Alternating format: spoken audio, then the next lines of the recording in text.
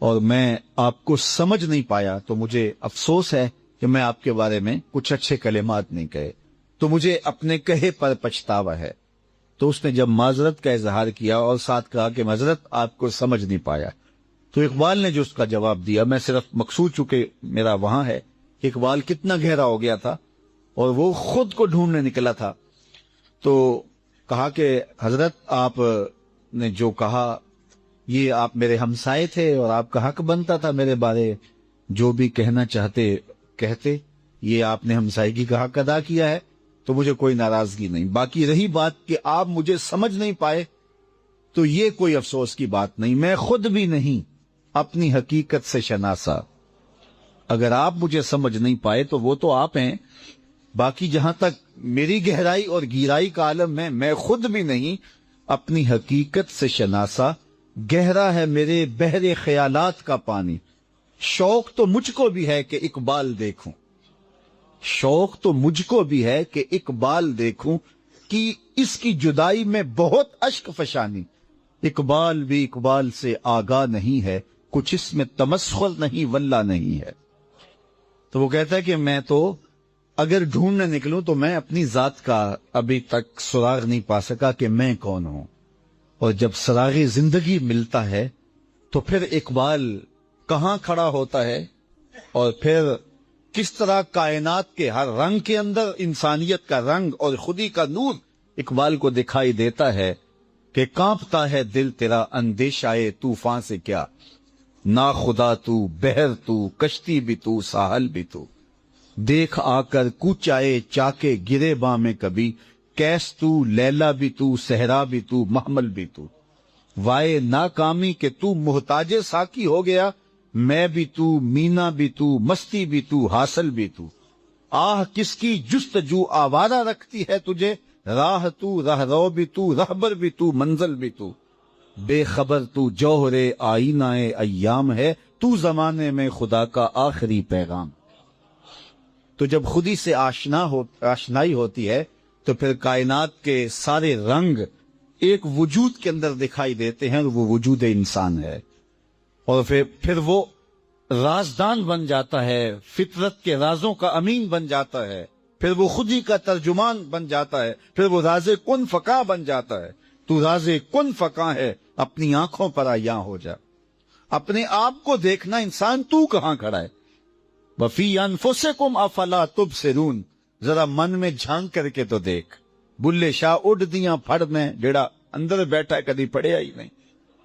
اپنے اندر جب انسان اترتا ہے پھر اسے پتہ چلتا ہے، من عرف نفسہ فقد عرف ربہ، جس نے من کو پہچان لیا اس نے اپنے رب کو پہچان لیا، اور جس کو خودی کا تعقل ہی نہیں ملا، ذات سے آگہی نہیں ملی، اپنے آپ سے آشنا ہی نہیں ہوا، تو پھر اسے کسی اور کا پتہ کیسے چلنا۔ اس آئینے میں پہلے اپنے وجود کو دیکھ، تو راز کن فقاں ہے، اپنی آنکھوں پر عیاں ہو جا، خودی کا رازداں ہو جا، خدا کا ترجمہ ہو جا، خودی میں ڈوب جا غافل، یہ سر زندگانی ہے، نکل کر حلقۂ شام و سحر سے جاویداں ہو جا، مسافے زندگی میں سیرت فولاد پیدا کر، شبستان محبت میں حریر و پر نیا ہو جا، گزر جا بن کے سیلے تندرو کوہ بیاباں سے، گلستہ راہ میں آئے تو جوئے نغمہ خاں ہو جا، تیرے علم و محبت کی نہیں ہے انتہا کوئی، نہیں ہے تجھ سے بڑھ کر ساز فطرت میں نوا کوئی۔ تو یہ وہ آواز بنتی ہے۔ تو یہ جب عشق رسول سے تربیت ہوتی ہے اور جب کتاب اللہ سے جڑنے سے من میں اجالے ہوتے ہیں اور زندگی کو زندگی کا حقیقی روپ ملتا ہے، تو پھر انسان کہاں کھڑا ہوتا ہے۔ بہت ساری باتیں ہیں جو کہنے کی نہیں ہیں، اور جو ہے وہ مجلس عام میں ان کی مکمل تشریح اور بیک گراؤنڈ کے بغیر اگر کہی جائیں تو پھر فتنے سے خالی نہیں ہے۔ اس لیے اتنی بات کافی ہے کہ انسان جب ان دولتوں سے مالا مال ہوتا ہے تو پھر خود ہی اس کے مقام پہ جب فائز المران ہوتا ہے تو پھر اس کے رنگ ہی اور ہوتے ہیں، اور دھنک کی ساری شوخیاں اور کوس قضا کے سارے رنگ ایک وجود کے اندر دکھائی دیتے ہیں، اور ایک انسان اس کو جس پہلو سے دیکھا جاتا ہے وہ ایک عجیب قدرت کا راز نظر آتا ہے، اور قدرت کے ان رازوں کا امین اگر آپ نے اس کائنات کے اندر وجودی شکل میں کوئی انسان دیکھنا ہو تو اس کا نام علامہ اقبال ہے۔ اللہ تعالیٰ نے اس شخص کو جو ہے وہ مرکہ بنا دیا تھا، اور اس کے لیے جو خاص راز تھا کہ وہ حضور علیہ السلام کے عشق کی تربیت کے اندر دو باتیں میں عرض کرنا چاہوں گا، وقت نہیں ہے۔ کبھی ایسا نہیں ہوا، کبھی بھی ایسا نہیں ہوا کہ اقبال کے سامنے حضور کا نام لیا گیا ہو اور وہ بچوں کی طرح بلک بلک کے رویا نہ ہو، اور کبھی بھی ایسا نہیں ہوا کہ علامہ اقبال قرآن مجید کی تلاوت کرتے ہوں اور آنکھوں نے آنسوؤں کا خراج نہ دے۔ غنا سے پڑھتے تھے قرآن مجید، اور سحری کے وقت پڑھتے تھے، اور یہ خاص لمحے ہیں قرآن مجید کی تلاوت کے۔ جب آخری عمر آئی 1938 کے اندر، آپ کے گلے کا مسئلہ ہو گیا تھا، تو جو ہے وہ کلام مشکل ہو گیا تھا، تو غنا کے ساتھ کلام پڑھنے کا، قرآن مجید کی تلاوت کرنے کا مزاج تھا۔ تو جب آخری عمر کے اندر پڑھتے تو وہ غنا کے ساتھ قرآن مجید نہ پڑھا جاتا، تلاوت کی وہ خاص جو ردم ہوتا ہے، لے ہوتی ہے، اس کیفیت میں نہ پڑھا جاتا۔ پڑھتے تو ٹھیک لیکن اس طرح نہ پڑھا جاتا۔ تو آج کوئی بیمار ہو جائے نا تو حال پوچھنے کوئی آئے تو لوگ کہتے ہیں جناب بیمار ہو گئے، کیا حال ہے؟ تو وہ کہتا ہے جی بڑا برا حال ہے، مجھ سے چلا نہیں جاتا۔ کوئی کہتا ہے جو کھانے پینے کا شوقین ہو وہ کہتا ہے جی بیماری آ گئی، اب تو کوئی چیز کھا ہی نہیں سکتا، کیونکہ اس کی ترجیحات کھانے پینے کی ہوتی ہیں۔ وہ کہتا ہے میں کھا نہیں سکتا۔ کسی شوگر والے سے پوچھو، وہ کہتا ہے میٹھا نہیں کھا سکتا تو کیا زندگی باقی ہے؟ تو ہمارے مسئلے یہ ہیں، ہم کھا نہیں سکتے، ہم پی نہیں سکتے، ہم سیر نہیں کر سکتے۔ اقبال سے کسی نے آ کے حال پوچھا کہ تم بتاؤ کیا حال ہے؟ تو اقبال نے کہا لطف قرآن سحر باقی نہ مان۔ سب سے بڑی مصیبت یہ ہے کہ سحری کے وقت اٹھ کے قرآن پڑھنے کا جو لطف تھا وہ باقی نہیں رہا۔ لطف قرآن سحر باقی نہ مان، قرآن مجید پڑھنے کا وہ جو لطف سحری کے وقت آیا کرتا تھا وہ لطف چھن گیا ہے اس بیماری کی وجہ سے۔ کاش کہ قرآن کو اس انداز سے میں پڑھ سکتا۔ تو اقبال قرآن مجید کی تلاوت کو حرز جاں بنائے ہوئے تھے۔ ایک دوست کو خط لکھا، جس خط کے اندر لکھا کہ قرآن مجید کی تلاوت برابر جاری رکھنا، اگر ترجمہ اور مفہوم نہیں آتا تو کوئی بات نہیں ہے، خالی تلاوت ہی جاری رکھنا، چونکہ ناظرہ قرآن پڑھنے سے بھی قلب کا تعلق قلب رسول سے جڑ جاتا ہے۔ رسول کریم کے قلب اطہر سے دل کا تعلق قائم ہو جاتا ہے اگر آپ قرآن مجید کی ناظرہ تلاوت کریں، اور اگر اس کو سمجھ کر اس کو تلاوت کریں۔ آخری دور میں اقبال نے اپنے دوستوں کو جو خط لکھے تھے 1937 کے اندر، 1935 کے اندر، 1936 کے اندر، ان خطوں کے اندر تذکرے ملتے ہیں۔ کہتے ہیں اب طبیعت ساتھ نہیں دے رہی، ورنہ میرا جی چاہتا ہے کہ امت کو سب سے بڑا تحفہ دے کے جاؤں، اور وہ کیا؟ قرآن مجید پہ کچھ نوٹ لکھ جاؤں، اور وہ سب سے بڑا کام ہوگا جو میں امت کو دے کے جاؤں گا۔ انہوں نے بال جبریل لکھی، انہوں نے زبور عجم لکھی، جاوید نامہ لکھا، اسرار و رموز لکھی، چے باید کرد اقوام شرک، کیسی کیسی کتابیں لکھی جو عجوبہ روزگار سمجھی جاتی ہیں۔ لیکن اس کے باوجود کہا کہ اگر میں قرآن مجید پہ نوٹ لکھ کے دے جاتا تو یہ سب سے بڑا کام تھا جو میں قوم کو دے کے جاتا۔ تو اقبال نے یہی نصیحت کی کہ کتاب اللہ کے ساتھ اپنے تعلق کو مضبوط رکھو۔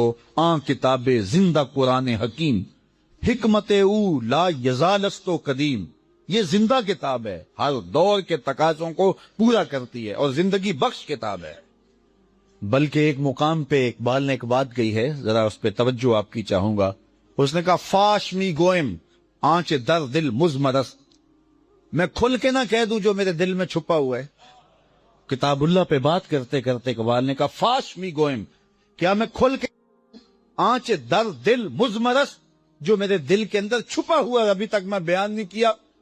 پھر کہتا ہے ای کتاب نیست چیزیں دیگرست، یہ کتاب نہیں، یہ کوئی اور ہی شے ہے۔ کتاب نیست چیزیں دیگرست، یہ کتاب نہیں، یہ کوئی اور ہی شے ہے۔ گر تو می خواہی مسلمہ زیستن، نیست ممکن جز بقرآن زیستن، اگر تو مومن بن کے جینا چاہتا ہے تو قرآن کے بغیر ایک قدم بھی نہیں جی سکتا ہے، ایک سانس بھی نہیں جی سکتا، ایک قدم بھی نہیں چل سکتا۔ تو اس کتاب سے جڑنا یہ اقبال کے سارے فلسفے کا نچوڑ ہے۔ یعنی علامہ اقبال کی ساری زندگی کی تگ و تاز شرق و غرب کے فلسفے اقبال نے پڑھے ہیں۔ وہ اگر شاعر مشرق تھا تو نقاد مغرب بھی تھا، اور اس وقت کے بڑے بڑے لوگوں سے ملا، گوئٹے جیسے لوگوں کو اور نقشے جیسے لوگوں کو اقبال نے پیغام بھیجے، اور اس دور کے مانے ہوئے شخص تھے۔ یہ جو پیام مشرق ہے، اس کا آپ مقدمہ پڑھیں، یہ مغرب کا مشرق کے نام جو پیغام لکھا گیا تھا، تو اس کے جواب کے اندر اقبال نے پھر مشرق کا پیام مغرب کے نام بھیجا ہے، اور اس کے اندر جو ہے وہ اقبال نے بتایا کہ ہمارا پیام کیا ہے۔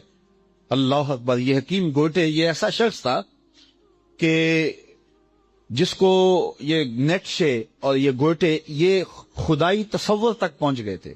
انہوں نے ایسے ماحول میں آنکھ کھولی تھی جس ماحول میں وجود باری کا انکار کیا جاتا تھا۔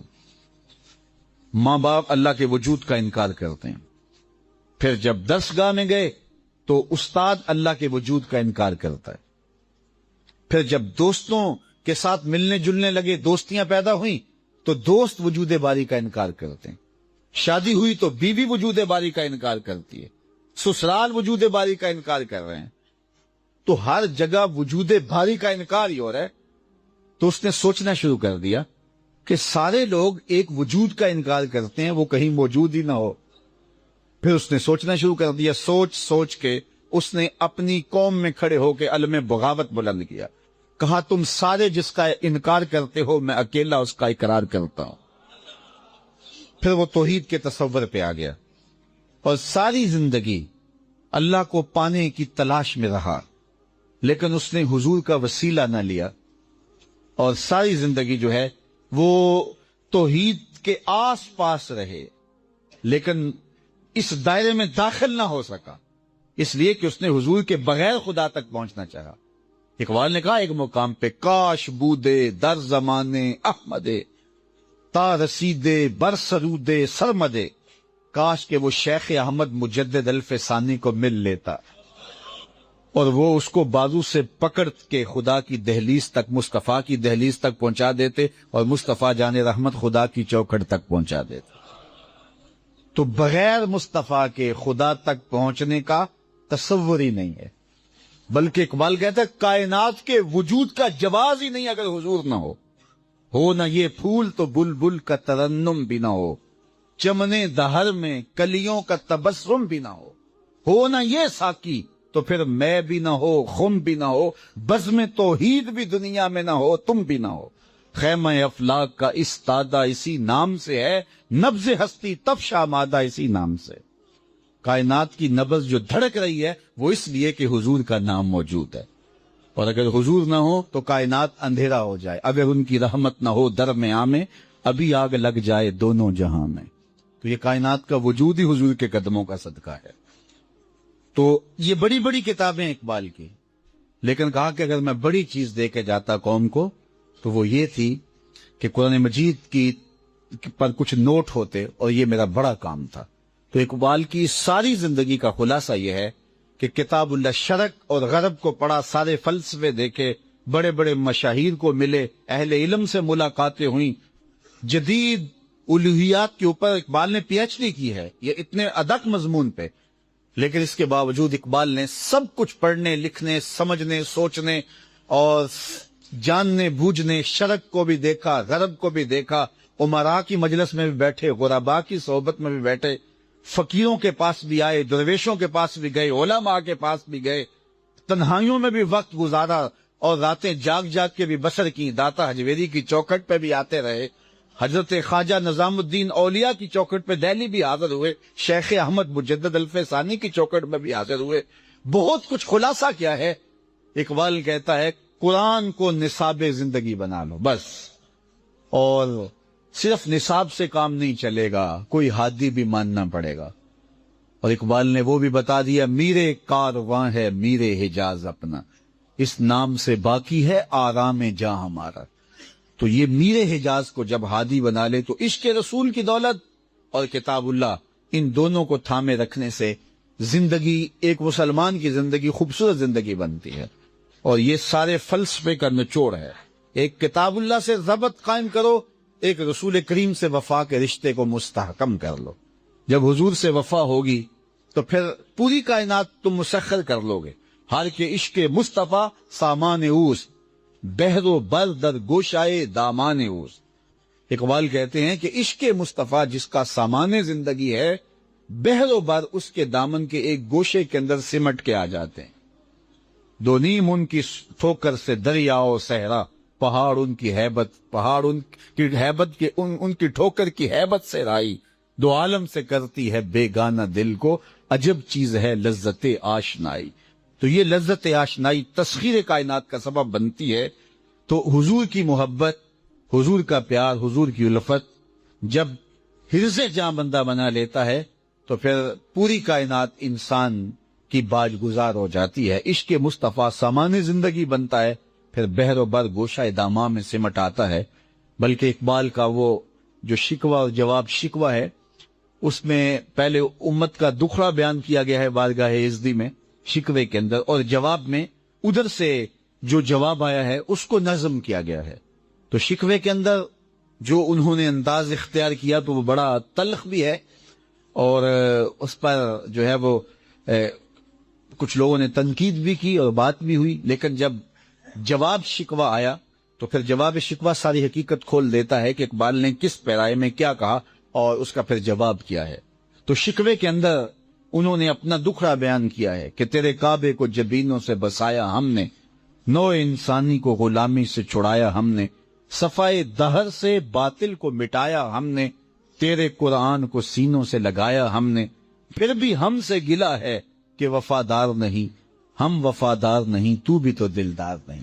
تو بڑا تلخ لہجہ ہے، لیکن جواب آیا ہے، صرف صیغہ بدلا ہے، لفظ وہی ہے، صیغہ تبدیل ہوا ہے. آواز آ رہی ہے ادھر سے، آواز ادھر سے آ رہی ہے، مفہوم ادھر سے آ رہا ہے. اقبال کا لہجہ ہے. آواز کیا آئی؟ صفائے دہر سے باطل کو مٹایا کس نے، نو انسانی کو غلامی سے چھڑایا کس نے، میرے کعبے کو جبینوں سے بسایا کس نے، میرے قرآن کو سینوں سے لگایا کس نے، تھے تو آبا وہ تمہارے ہی مگر تم کیا ہو، ہاتھ پہ ہاتھ دھرے منتظر فردا ہو، ہر کوئی مست مئے ذوق تن آسانی ہے، تم مسلمان ہو یہ انداز مسلمانی ہے، حیدری فقر ہے نئے دولت عثمانی ہے، تم کو اسلاف سے کیا نسبت روحانی ہے، وہ معزز تھے زمانے میں مسلمان ہو کر، تم خار ہوئے ہو تارک قرآن ہو کر. کتاب اللہ سے دوری تمہاری ذلت، پستی، ذبوحالی، نکبت، رسوائی، ادبار، سب کا سبب کتاب اللہ سے دوری ہے. اس کتاب سے اگر نیڑے ہو جاؤ تو پھر تمہاری دنیا بھی بہتر ہے اور تمہارا دین بھی بہتر ہے. اور دوسری بات، کون ہے تارک آئین رسول مختار؟ آج تم کہتے ہو رسول اللہ کے دین کا تارک کون ہے؟ کس کی نظروں میں سمایا ہے شعار اغیار؟ وہ شعار اغیار یوں تو سید بھی ہو، مرزا بھی ہو، افغان بھی، تم سبھی کچھ ہو، بتاؤ کہ ہو مسلمان بھی. پھر خلاصہ کیا نکالا؟ قوت عشق سے ہر پست کو بالا کر دے، دہر میں اسم محمد سے اجالا کر. اس عالم میں چراغاں نام محمد سے ہوگا. اور پھر جہاں اقبال بات ختم کرتے ہیں اور جو ہے وہ جواب شکوہ کا نقطہ کمال ہے یہ شعر، کی محمد سے وفا تو نے تو ہم تیرے ہیں. یہ ادھر سے آواز آ رہی ہے، اقبال کی زبان ہل رہی ہے، لہجہ اقبال کا ہے، مفہوم ادھر سے اتر رہا ہے، کی محمد سے وفا تو ہم تیرے ہیں. یہ جہاں چیز ہے کیا لوح و قلم تیرے ہیں. کہا میرے محمد عربی کے بن جاؤ پھر ہم تمہارے ہوں گے. یہ کافر ہمارے لگتے کیا ہیں؟ ان کو ہم کیوں نوازیں گے؟ تمہیں نوازیں گے، لیکن شرط یہ ہے میرے محمد کے نوکر تو بن کے دکھاؤ. وَأَنْتُمُ الْعَالَوْنَ إِن كُنْتُمْ مُؤْمِنِينَ، تم ہی سر بلند ہوگے اگر تم میرے آقا کے میرے نبی کے بن کے دکھاؤ نا. وَأَنْتُمُ الْعَالَوْنَ، تم ہی سر بلند ہوگے. کی محمد سے وفا تم نے تو ہم تیرے ہیں. یہ جہاں چیز ہے کیا لوح و قلم تیرے. یہ دنیا کیا ہے، یہ جہاں کیا ہے، یہ حکومتیں کیا ہیں، یہ تخت و تاج کیا ہوتے ہیں، یہ بادشاہتیں کیا ہوتی ہیں. ہم قلم بھی تمہیں دے دیں گے، تختی بھی تمہیں پکڑا دیں گے. پھر جو لکھنا ہوا خود لکھ لینا. پھر تمہاری تقدیر کے فیصلے نہ واشنگٹن میں ہوں گے، نہ وائٹ ہاؤس میں ہوں گے، نہ کسی اور جگہ پہ ہوں گے، بلکہ خدا بندے سے خود پوچھے گا بتا تیری رضا کیا ہے. شرط ہے کہ وفا کا رشتہ رسول اللہ سے مستحکم ہو جائے. تم بن کے تو دیکھو مصطفیٰ کے. تم تو 1 ارب 60 کروڑ ہو، وہ تو صرف 313 تھے، لیکن انہیں بن کے دکھایا.